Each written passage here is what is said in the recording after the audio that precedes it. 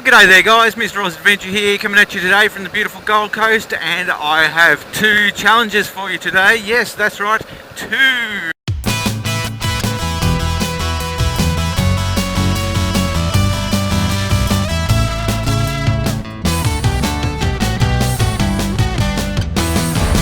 So I'm coming at you today from the beautiful Currumbin Valley. I'm out here only 15 minutes inland from the highway and the beaches and everything of the Gold Coast, the suburban sprawl of the city. 15 minutes and I'm into this. Look at this, it's absolutely gorgeous. So the first challenge I want to get you to do today is to go somewhere close to your home that is a hidden gem.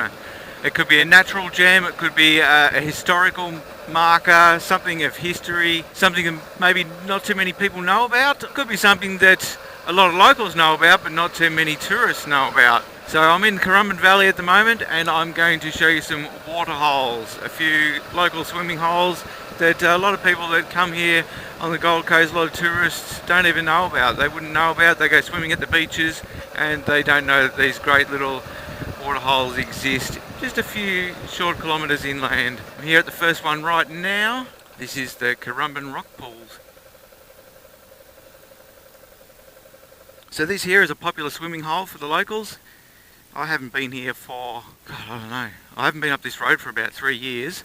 The last time I actually came up this road, I recorded this little video here on your screen. But I haven't been swimming in here for well over 10 years. It's a very popular spot in the summertime. You get people swinging from ropes off the trees up here, jumping off the rocks.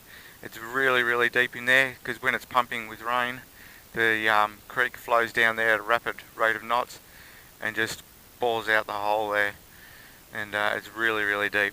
It doesn't look that deep from here because you've got this shallow creek just the other side of it flowing out into the ocean. For those of you who saw my tag me in my bike video, this is Currumbin Creek. This is where I was at Currumbin Beach, where the creek comes out and meets the ocean, where I was talking about doing the time lapse, the sunrise time lapse. This is upstream from that, only about 20 minutes upstream.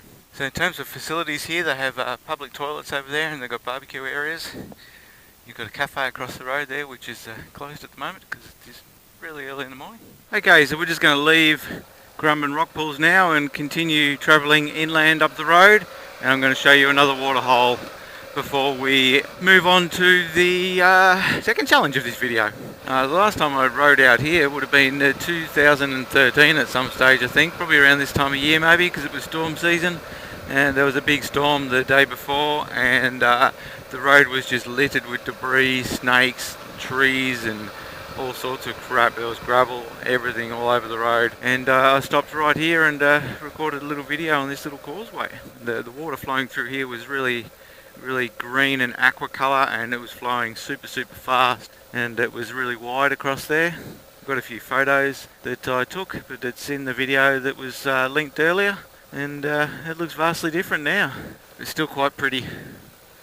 Very scenic out here. So the last time I was here in 2013, the road was blocked here. I couldn't go any further because of all the wild weather that I mentioned just before. It totally destroyed something up here and it was unsafe for people to get in, or maybe it was because of the flooding for the creek up here. It was dangerous. They didn't want people to go swimming in it, or it could have been that this causeway here was just underwater.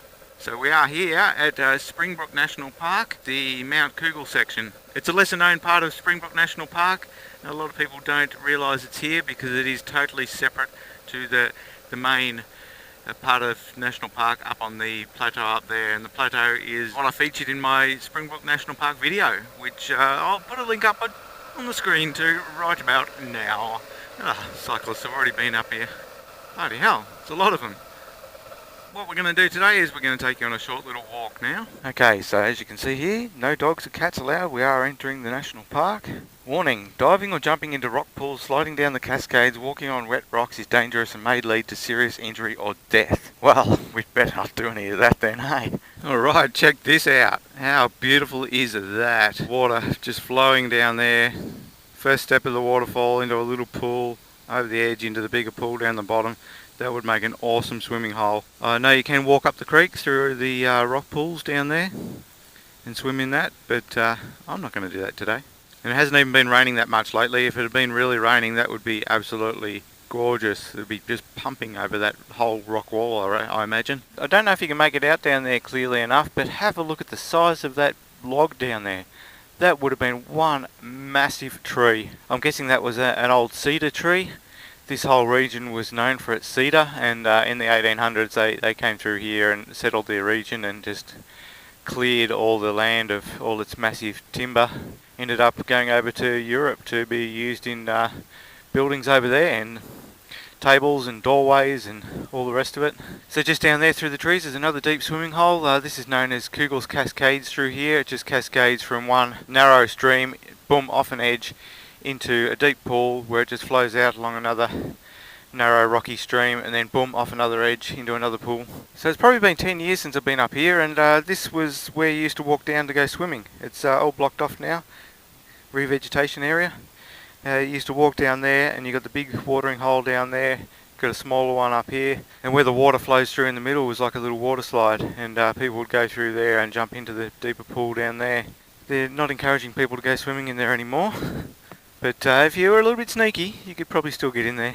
So roughly 10 minutes up the path from the car park, the path ends at this disused sawmill. It was in operation from 1945 to 1951. So most of the timber that you see around here is all new growth forest since the 1930s. As I mentioned earlier, they used to gather a lot of timber from this region, and this land was also used to farm bananas at one stage, then it turned into a cattle property.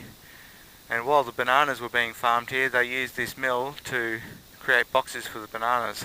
So if I've got my facts right, and I'm pretty sure I do, the timber getters came in here first and cleared a lot of the larger timber out, a lot of the larger cedar and everything out, and then the farmers moved in later, farming bananas and then bringing cattle up in here. Have a look at this old jigger. So back in the early days they would have used bullock teams to bring the timber out, drag the timber out of the forest, and later on they would have had tractors in the 1900s. So what they used to do in this whole region was they used to use bullock teams to bring the timber out of the hills, and they would bring that down as far as they could to a river where they could float the timber.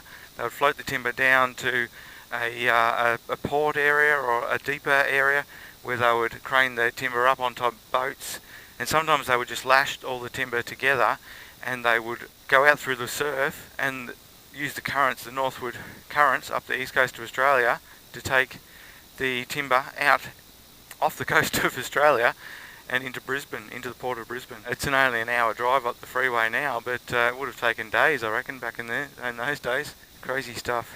Well guys, I hope you enjoyed part one of this challenge. If you want to take part in either of these challenges, that's okay, or you can take part in both of them. They're two separate videos, two separate challenges, but I've issued them as one just to make it a bit simpler, and you can take part in either one or both. So thanks for watching part one. Go and check out part two on the screen right now, and I'm really looking forward to seeing your videos. I hope you'll join in on the challenge. It's going to be lots of fun, I think.